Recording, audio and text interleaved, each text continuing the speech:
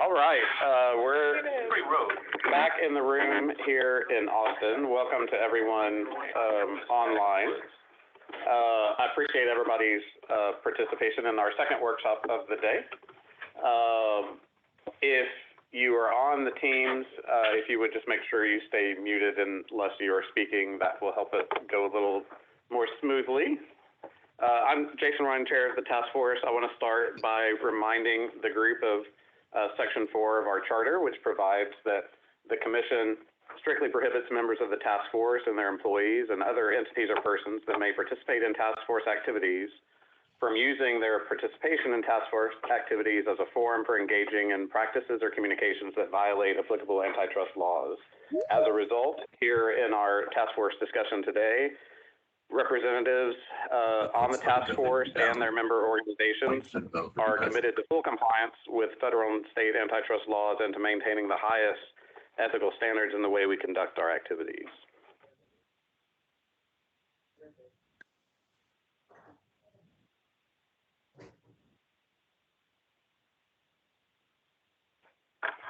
So with that, I will. No longer muted. Let me just kind of tee up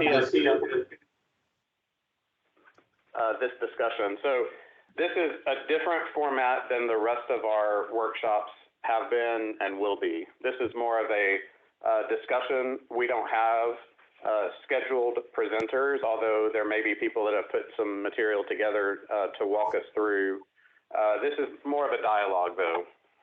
So I welcome all comments and questions from task force members and from your designated SMEs that you may have with you, either in the room or online as we work through this topic. My goal in having this discussion today is to identify any potential issues either in three different places as it relates to really phase one of the pilot as we've been kind of talking about that. And those three buckets are the law, second bucket being the Commission's rules, third bucket being ERCOT protocols. I think there's a lot that can be talked about on the ERCOT protocol side of things, but because ERCOT would be adopting the governing document setting forth the criteria in the pilot, I think we can work through those relatively easily. So we might put that third bucket to the side initially during our discussion this afternoon and focus on those first two, because one of the things in our charter is to make sure that we let the Commission know as soon as possible if we see anything that could keep the pilot from being successful. And so if you have to change a law or change a rule, that's a longer lead time item that we should, I think, focus on first in our discussion here today. I'll start just myself. We have taken a look at the law and the Commission's rules, and certainly it depends on exactly how you scope this pilot, but we don't see any showstoppers in the law or the rules. Obviously, reasonable minds can differ, and there may be some things that we need to talk about that would be handled contractually. An example of that might be how you deal with customer information, right? There's Commission rules on the sharing of customer information. A lot of that can be addressed contractually as opposed to needing to change Commission rules. But I'm not the only one that needs to opine on that. That's why we have the task force, so that we get lots of different views on whether there are any things that we should be paying particular attention to in either the law or the Commission's rules. So teeing it up that way, I may just stop talking for a minute and see who wants to chime in with anything that they've identified that the task force needs to spend some time on in the law or the rules. And like I said, we'll get to the ERCOT protocols maybe second.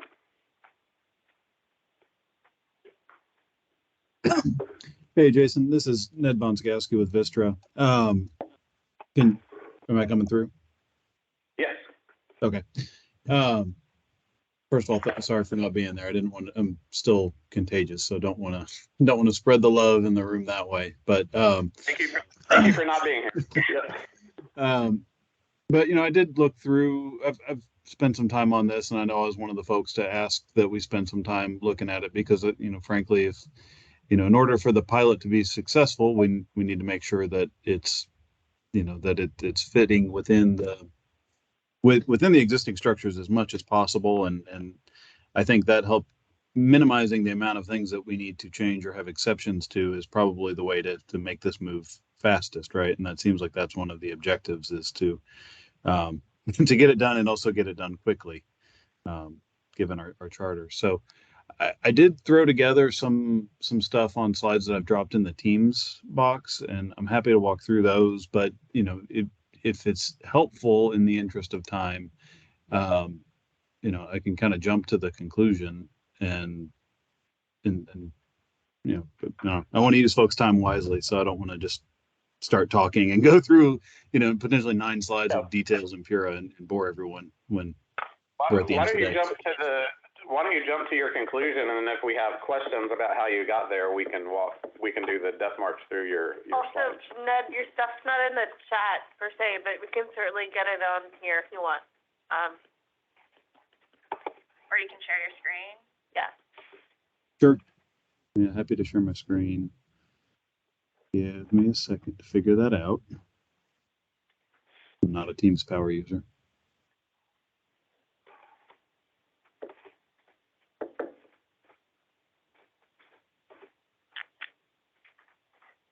Y'all see that? Yes. Yes.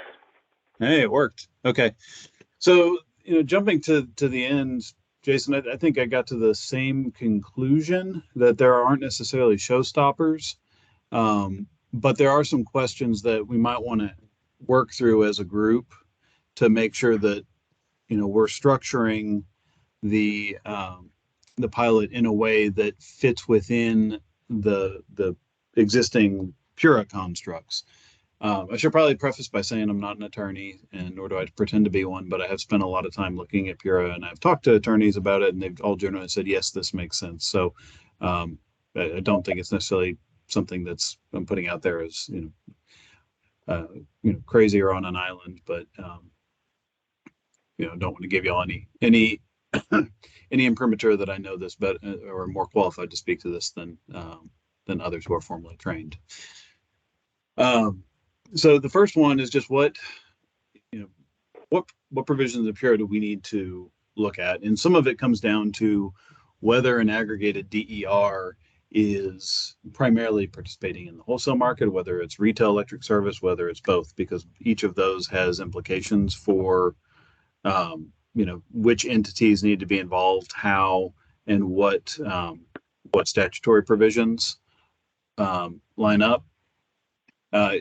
Generally speaking, when looking at Pura and all of the provisions regarding wholesale market participation and, frankly, DERs, there's not a definition of DERs in Pura, but there's definitions of, distributed generators, distributed natural gas generators, distributed renewable generators, lots of different variations on a theme there. And generally speaking, the guidance is, they need to register as power generation companies in order to participate in the wholesale market. And power generation companies are generally separated from, say, retail electric providers or transmission and distribution utilities, or even some of the other entities that are in Pura, like aggregators, brokers, power marketers, and the like. So, I think that gets us to the conclusion that in order to participate in the wholesale market, we probably need to have some way to get DERs registered or, given the, some cover as a registered PGC, whether that, to some of the discussions that we just had in the last workshop, I agree that, streamlining the retail customer experience is extremely important. And I don't think any residential retail customer, for instance, has a lot of interest in filling out, all of the paperwork that goes along with that. So finding a way to streamline that process. There is a precedent in PURA that says the commission, for instance, can adopt a streamlined registration process for distributed natural gas generators. So that might be something that is a precedent that we can talk about ways to leverage that. And, it also doesn't mean that they have to be interacting on an island, right? The load serving entity is the natural aggregation point. We also just talked a lot about how important it is for, for the retail customers' consumption and the DER's activity to be coordinated. And the load serving entity is the point really where a lot of that takes place. And you're hearing from a lot of, a lot of load serving entities, primarily retail electric providers, but also municipally owned utilities and co-ops have interest in how this plays out. So, can those entities assist in that process? That's probably a good question to ask. Whether there's any, we also need to think about whether there's any provisions in PURA that talk about how any excess or flow net injection into the grid needs to be settled between customers and DER. Well, presuming that the customer is the owner of the DER, that's probably a first assumption. But in those instances, think about how that, if there's any guidelines that talk about settlement between them and the LSE or any other entities. And then, generally speaking, are there any exemptions to that? Or should there be exemptions to that is probably another way to phrase the question. And the reason I raise that is, a lot of folks are familiar with rooftop solar. Rooftop solar has an exemption, a specific exemption in PURA. Well, it's actually for distributed renewable generation that says, if they're small, less than 2,000 kilowatts and not anticipated to produce more than their annual consumption, then we're just going to kind of pretend that they're not really any of these entities, but it's a very specific and limited exemption. So, is that a model to follow or to incorporate, or, to the extent that we're trying to incorporate them into these aggregations, despite the provision in PURA that says they don't have to be one of these things, should they still have to go through that process? I'll pause there because I think that's the short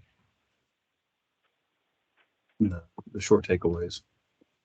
Thanks, Ned, for teeing up those questions. I guess maybe the best way to move forward is to see if anybody, either in the room or on the phone, has any thoughts on the questions that Ned has teed up.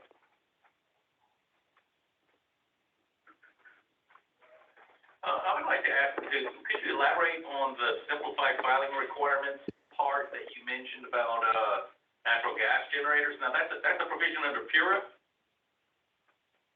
That's right. Let's see if I've got that in here. This definitions. So it's in PURA 39.351C. And it just says the commission may establish simplified filing requirements for distributed natural gas generation facilities. I'm not aware of whether or not that provision has actually been implemented. I'm only aware of the single PGC/self-generator registration form. I got you. Thank you. Michael, Jewel, ask a question? Yeah, Ned, I think you've raised some really good questions. And one of the things that I started to think about was on the question about a DER registering as a PGC, does that not, there's kind of this question of if you're using a DER to reduce load, does that then necessarily trigger the PGC registration? There's some interesting things there. I'm not sure exactly how to wrap it out or how to address it, but I think that some sort of simplified process would be necessary just to not scare customers away. Yeah, Michael, I think that's a great distinction, and a good one for discussion. But my personal thoughts on it is that yes, the when you cross the threshold from, just managing load versus active participation in the market, that seems to be where some of the provisions in PURO bind on whether or not you become an official entity or not. But I would love to get others' thoughts on it. Well, and I'm guessing one of the things that I'm wondering about is, could the aggregator be the one that takes the responsibility, have the responsibility for that, rather than putting it on the individual customer participants? For example, if somebody is participating through their thermostat, having them go out and fill some paperwork in order to be part of an aggregation may just make them say, no, I'm just not going to even do it. Robert, did you have a thought? Yeah, I wanted to follow up on that same thought. If you think about retail consumers, if they've got DERs and they participate in some sort of load shaping event, maybe it's in response to a conservation call or a signal that their device gets, that they should be allowed to play without having to sort of sign up, opt in, change providers. If indeed they do reduce their load at a certain time in response to some sort of signal, that should be allowed in the retail market, and let the meter at the side of the house catch it and let it get figured out at the back end by the retail electric provider, that this particular customer had shaped load at this time, and therefore they should be eligible for some sort of credit to be figured out.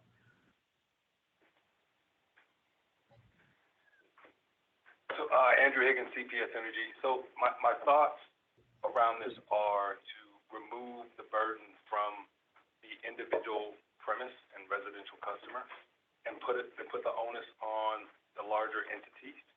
Obviously, there needs to be demonstrable consent for the customers to participate in any event. But after that, I think all kind of interactions should be through the aggregator in general, including all responsibilities for filing the appropriate document. Just my kind of initial thoughts, from the customer perspective. Yes. Okay. This is Juliana Surson with Baker Botts, helping Centerpoint kind of drill through some of these rules. And when you use the term aggregator, Michael, are you using it as it's defined in PURO and the Commission's rules, or are you using it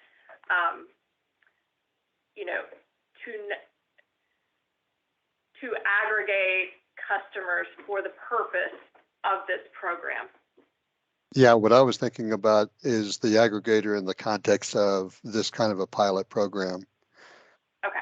And the more that I was thinking about it, it almost makes more sense to have the aggregator have that responsibility as part of the enrolling people participating in the aggregation. It may even make the most sense for the aggregator to be responsible. What we need to do to make that happen, I'm not sure off the top of my head, but I think Ned has raised a really good point there.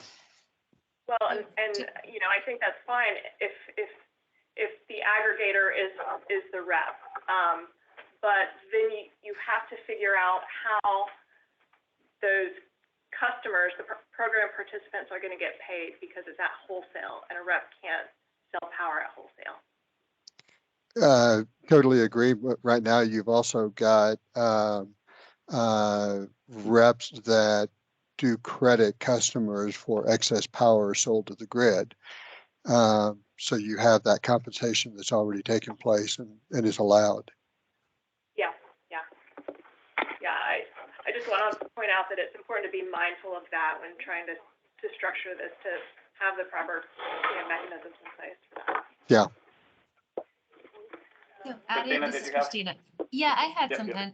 So kind of adding to what Michael had asked and what Ned was talking about, one thing you could maybe do with having the rep or, the or another entity handling the registration of the individual customers that are in an aggregation. If you look at the way we do rec aggregation, so micro generator aggregations under 25-173, that's a process that's used there, where you have various customers that sign up, and the rep, takes a title to their kind of recs that are produced from their excess generation. So that might be something you could use as a guide. Got it. Thank you.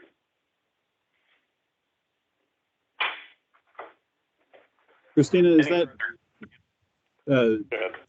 is that something that's in Puro, or is that in the PUC's rules, the rec So that's aggregator? in the rules, yeah. That's in the And I rules, think okay. y'all are all right in terms of, the way we're being compensated and what we're being compensated for probably drives the statutory interpretation, right, of what everyone's doing and whether or not it falls in the right boxes.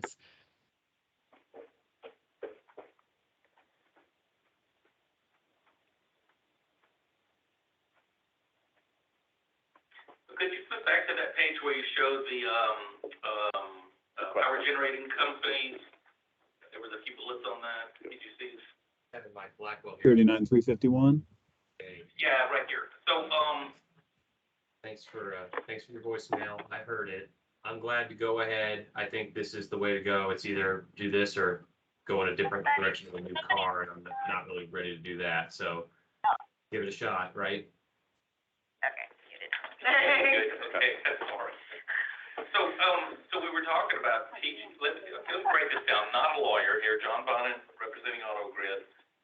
Under, the regime we're talking about here, the power generating companies, like I'm gonna build 3 power plants, make myself a power generating company, we'll roll this registration and I can stay in the market.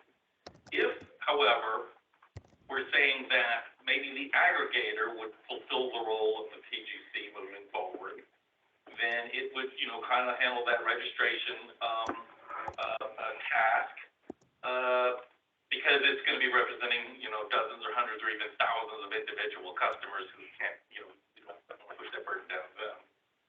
Could then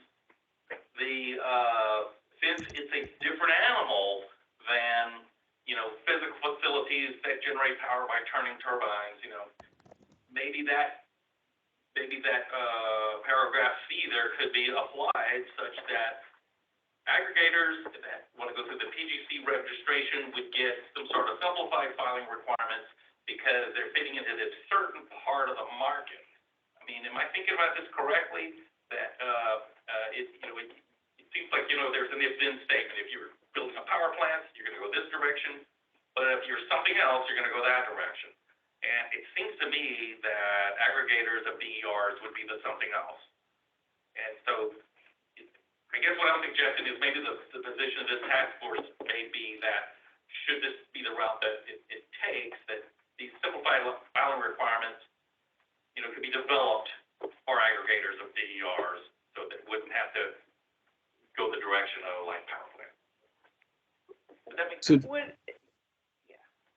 It does make sense. This is Juliana. Would that turn effectively the aggregator into a power marketer?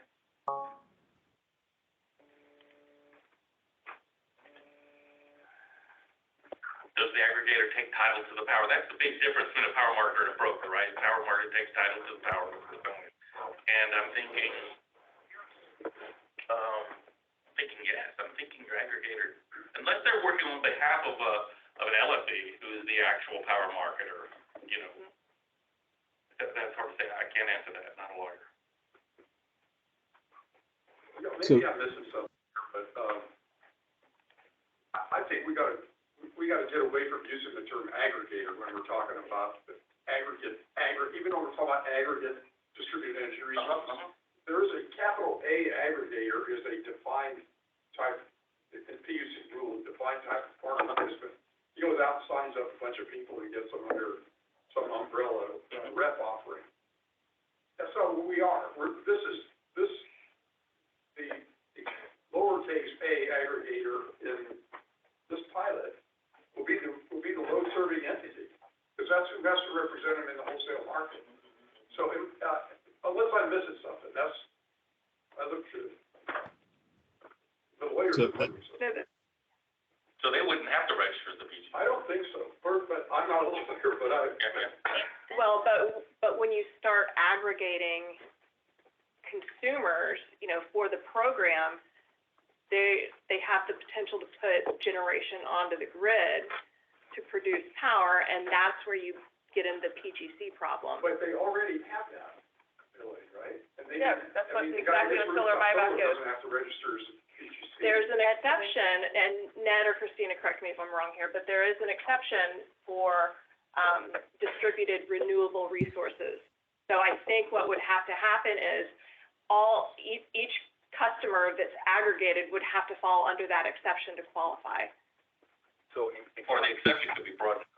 yeah, no, I mean, that's right. So in California, you have to have what's known as a Rule 21 interconnection agreement, right? And that basically says this resident, this premise can put power back on the grid, right? It's net metering requirement. There's nothing that said that we can't have that same requirement, and that will kind of eliminate, I think. But so, exactly, so Rule 21 is a great example, because there's two ways for a residential customer to get compensated for the value, for the wholesale market value of their export. One is Rule 21, which is a interconnection tariff to the state, right? So Rule 21 enables the LSC, the utility, like the PG&E, to pass back under its own retail tariff any value up to whatever the maximum KISO value is for that, kilowatt to its customer and its retail rate. That's one way. The other way is for the customer to not be on Rule 21, not do the retail programs, but participate directly in KISO. To do that, they essentially ellipse themselves into a limited version of wholesale PGC status, and that's the Wholesale Distribution Access Tariff, WDAT. Or a wholesale market participation agreement if they're a larger facility, like a commercial facility, right? So they're bigger than standard WDAT. So really, in both cases, it's kind of like this idea is that the retail customer can be on the receiving end of value based on a wholesale price signal in the Rule 21 example, without itself being the entity that is a generation company. So it's sort of like the limited use or limited wholesale regulation for the purposes of getting that value back, but any entity can carry that, can carry the registration, right? Or you can be assumed to be wholesale for the purposes of a program as opposed to being a PGC or being a wholesale entity. It's directly regulated by the FERC, right? FERC doesn't regulate residential customers, but if you want to sign up for a WDOT tomorrow, you can in California. So Let me call on Nathan from ERCOT first, and then we'll go to Michael, and then we'll come back in the room. Hey, y'all, this is Nathan. I think this is a very interesting discussion, and I appreciate Ned raising these various points here. I think, the one that really kind of interests me is this question around PGC status and what does that entail? I think from the ERCOT perspective, at this point, I don't know that this question of categorization at the PUC would necessarily be determinative of the ERCOT registration question. Today we have obviously load resources, and those have to be assigned to a resource entity under our construct, and they're settled, through the PUC for that resource entity that way. And that's, the PUC rules really don't speak to that, load side of the equation specifically. So there's a different framework, obviously, at the ERCOT level. There may be issues associated with PGC status if we decide, that's what they would be. And they obviously, part of the framework here, I think we're contemplating is injection of power at wholesale, which does seem to kind of raise some of these questions around, is this really a PGC? But, again, if someone's a PGC or not at the PUC, it doesn't necessarily foreclose them from participating, in the ERCOT framework, so long as they meet the ERCOT registration criteria. And so I think that's something to keep in mind. There may be important questions and issues that need to be sorted through. Do we want to be roping in certain considerations like physical withholding prohibitions against, emergency operations plan requirements, or, thousands of entities, pool pumps and things like that. Those are interesting policy questions, but I think that That's potentially a fairly limited scope compared to, compared to the issues that we have to deal with at ERCOT. Those aren't necessarily determinative of the ERCOT registration question. One thing I'd also emphasize is that, obviously the PUC rule that we're dealing with here gives us the ability to create exceptions from ERCOT protocols.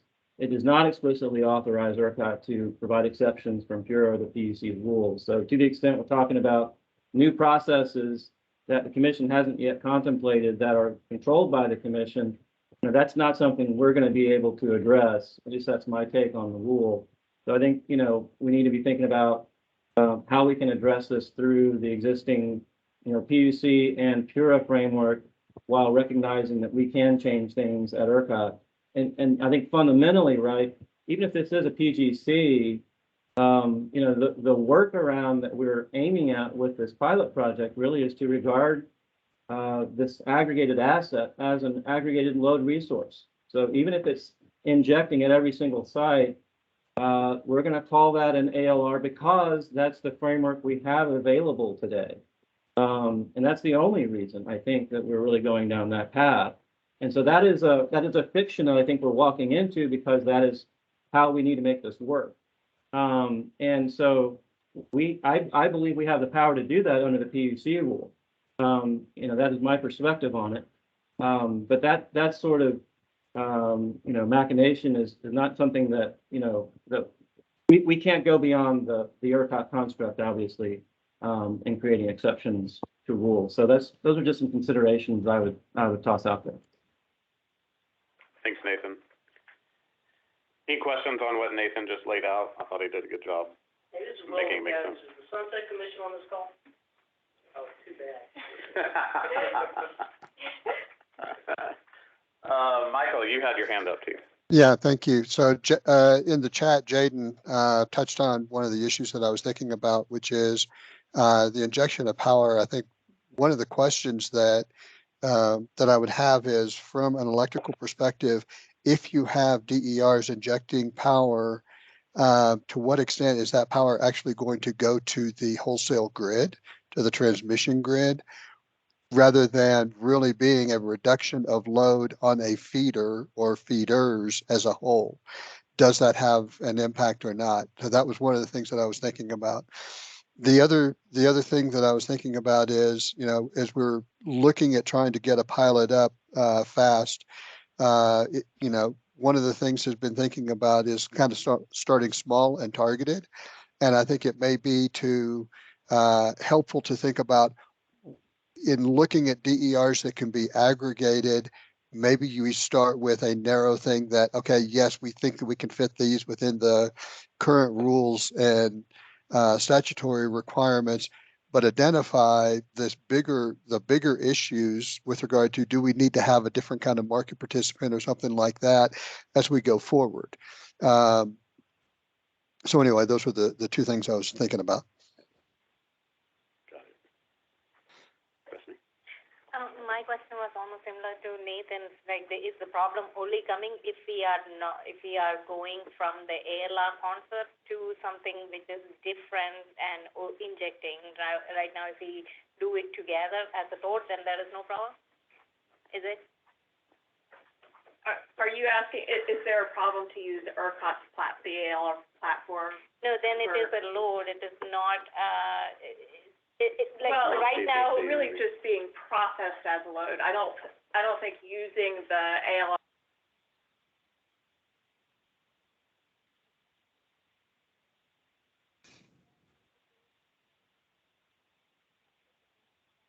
Arushi, the room just got muted, so folks on the phone can't hear the discussion in the room. Thanks, Dave. I thought that was only me.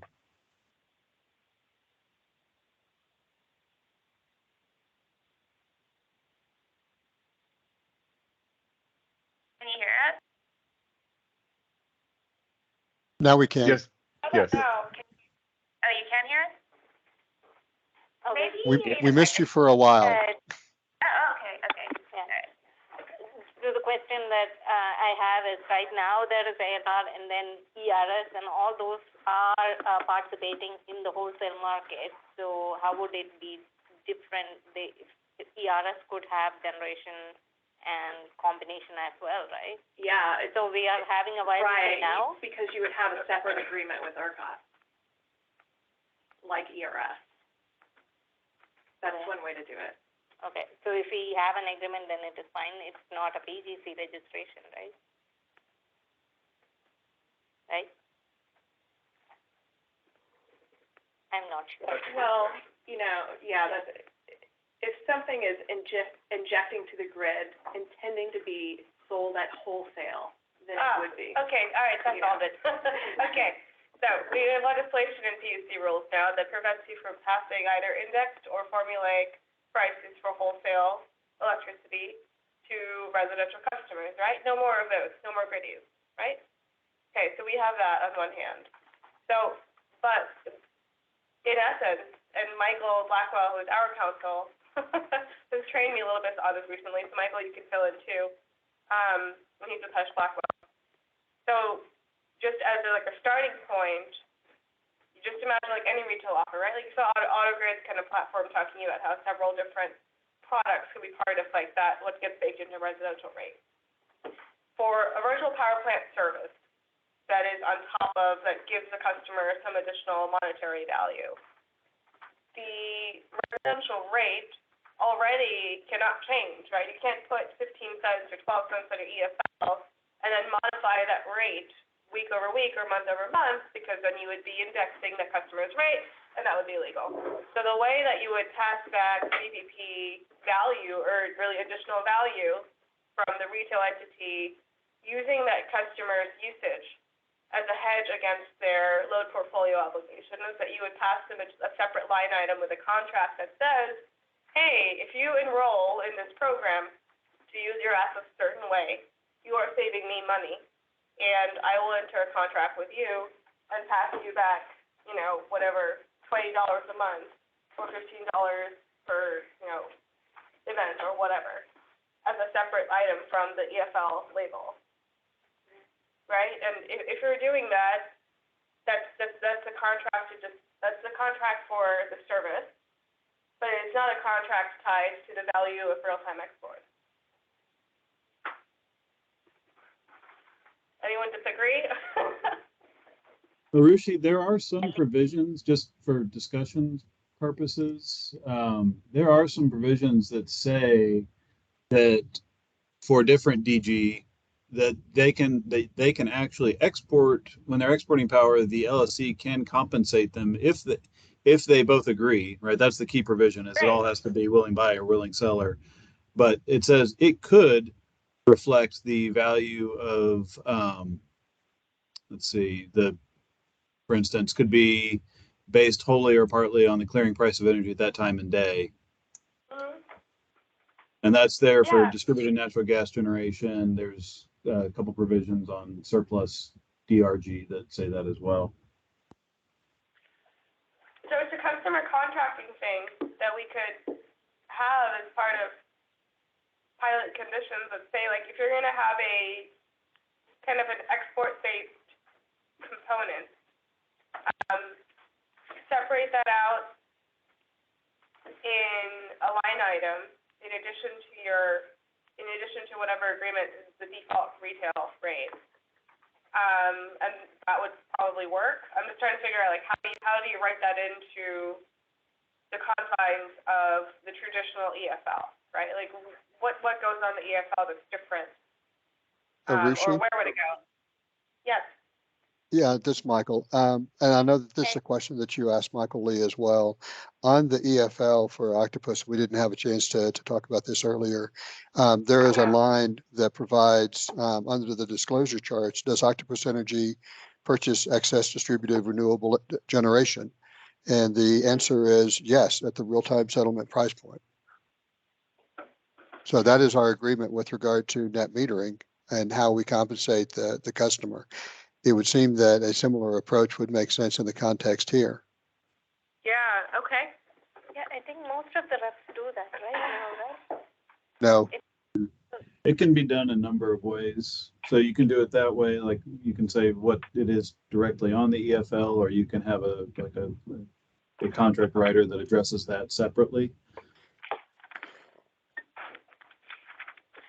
So, this is Jason again, maybe to just for time purposes, since we've got 20 minutes left, I want to make sure we, get to talk about other things. I think we've identified this kind of threshold question. In my mind, I think where we have to make a decision is, do we need to answer that question for the governing document? You clearly at some point need to answer that question before the pilot starts, but perhaps not for the governing document.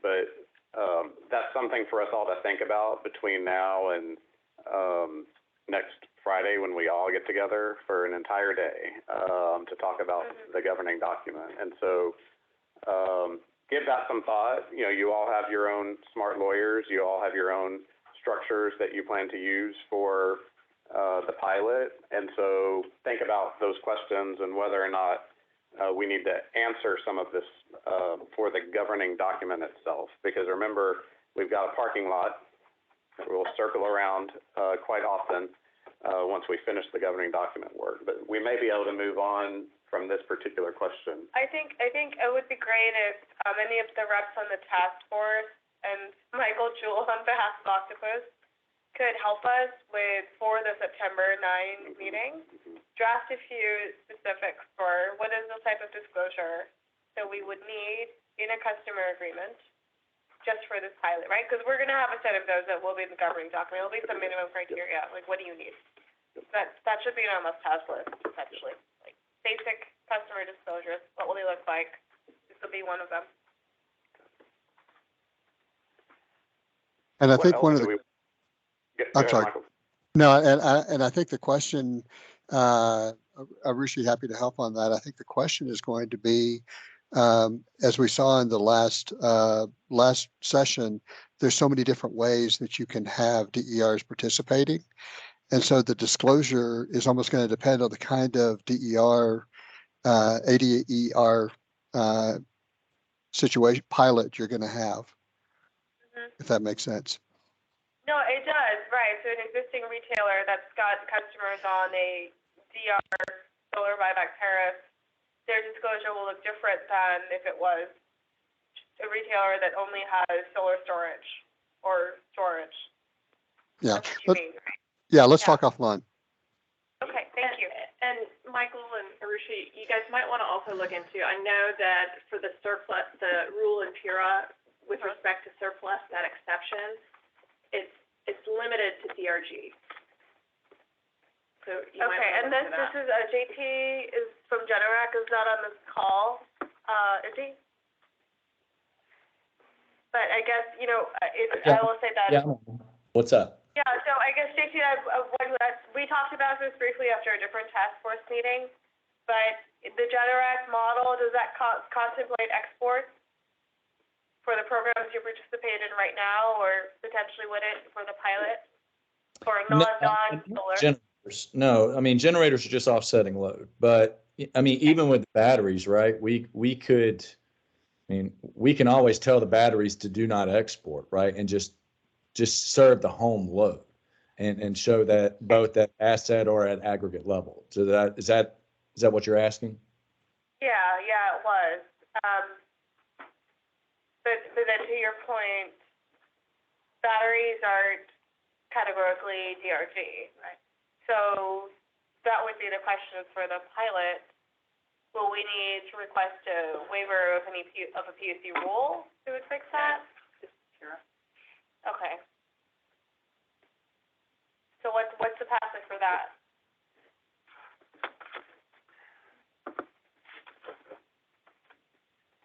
Well, I mean, it would be treating resources differently. You know, another way you could do it is put a PGC in the mix,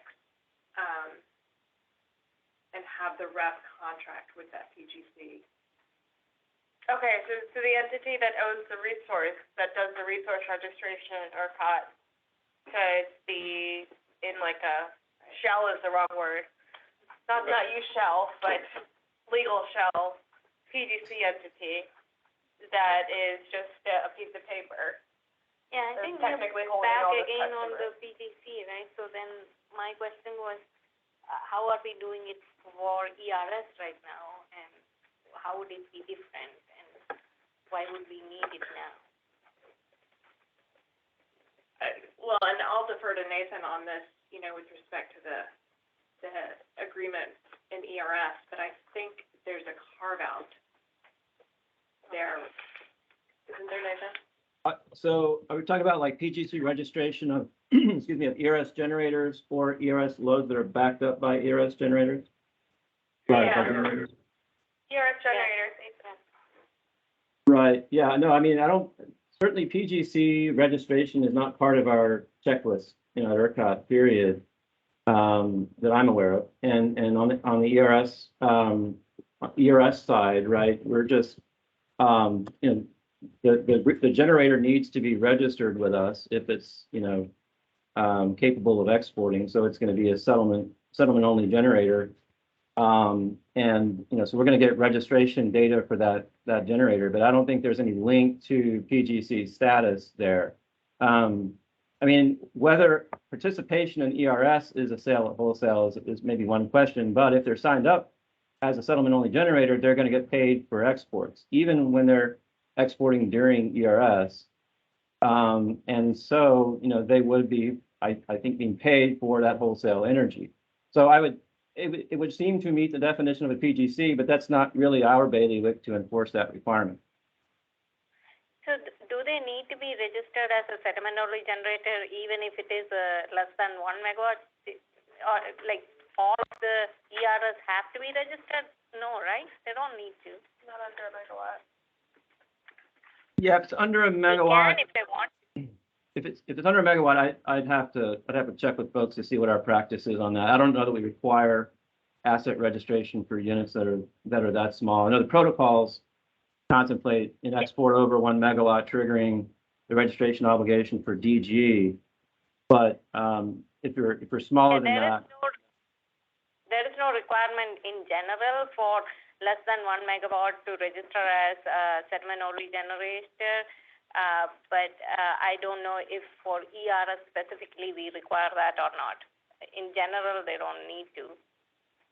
yeah, I'm not sure offhand, Resmi. I think it's a fair question. But I don't think they have to. I do know that there are some ERS generators that are registered as settlement only generators, you know, perhaps for the reason that they want to be compensated for exports. One other thing to think about is before the DRG section was added into PURA, I think that's in the 2005, 2007 sessions, there were small renewable generators that were not registered as PGCs. And so at the time, were those operating illegally because there wasn't this carve out? I don't know that that was ever the commission's perspective at the time. So I think everybody can go back, talk to their own legal advisors and think about their structures. I think there's, from our review, there's a path forward kind of regardless of what the answer is in terms of how you structure yourself and your contractual relationships to participate in the pilot. So I think, again, what we need to decide on the 9th is, does any of this need to be addressed in the governing document? And if so, you know, bring that forward in your working groups. And then when you present your must-haves on the 9th, we can address that. It may also be that this creates some parking lot issues that we need to pick up once our governing document work is done, but before the pilot actually starts. So just think about that, both at your companies and in your smaller segment working groups.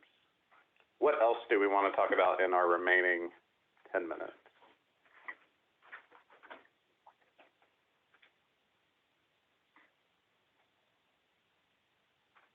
In terms of protections for aggregated customers, like in the low-income housing scenario, or I'm sorry, apartment scenario, are there protections in law right now to ensure that the ultimate customer who is participating, because there's two levels of aggregation. There's the aggregation of the dwellings that are being administered by a landlord who's offering a community utility bill and getting a prorated assignment, is there an assurance that the ultimate customer, even at the dwelling level, experiences the benefit? I would say it would be by the primary meter.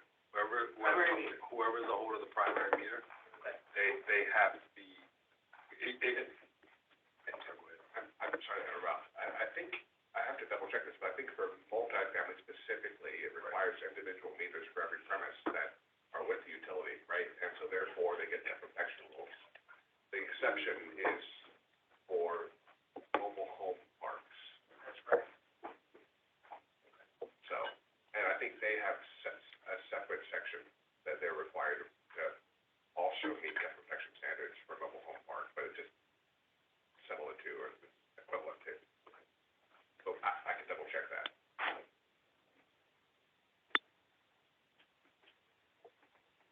Eric, I happen to, I'm trying to find it right now, but Commissioner McAdams, to your question, there is a provision that said something to the effect that upon the implementation of customer choice, each individual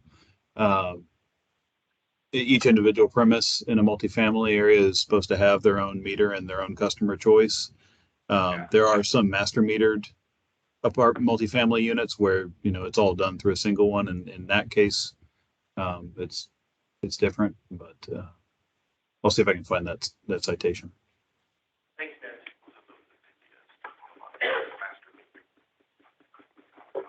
All right, well, I appreciate the discussion on this topic. I do think it continues to advance our thinking.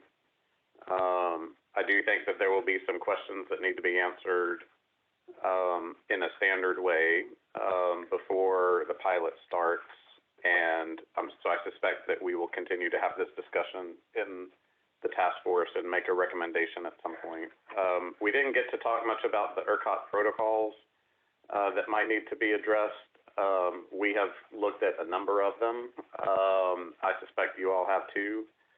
We may rely on our ERCOT friends to help us think through exactly how we might want to move forward with that at the appropriate time.